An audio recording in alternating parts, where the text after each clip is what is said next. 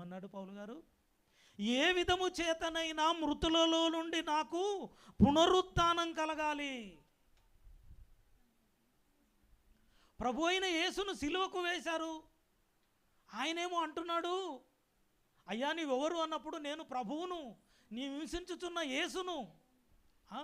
ఏంటి, ఈ యూదులు ఆయనను చంపేశారే, సిలువకు వేశారే, ఆయనను చిత్రహింసలు పెట్టారే,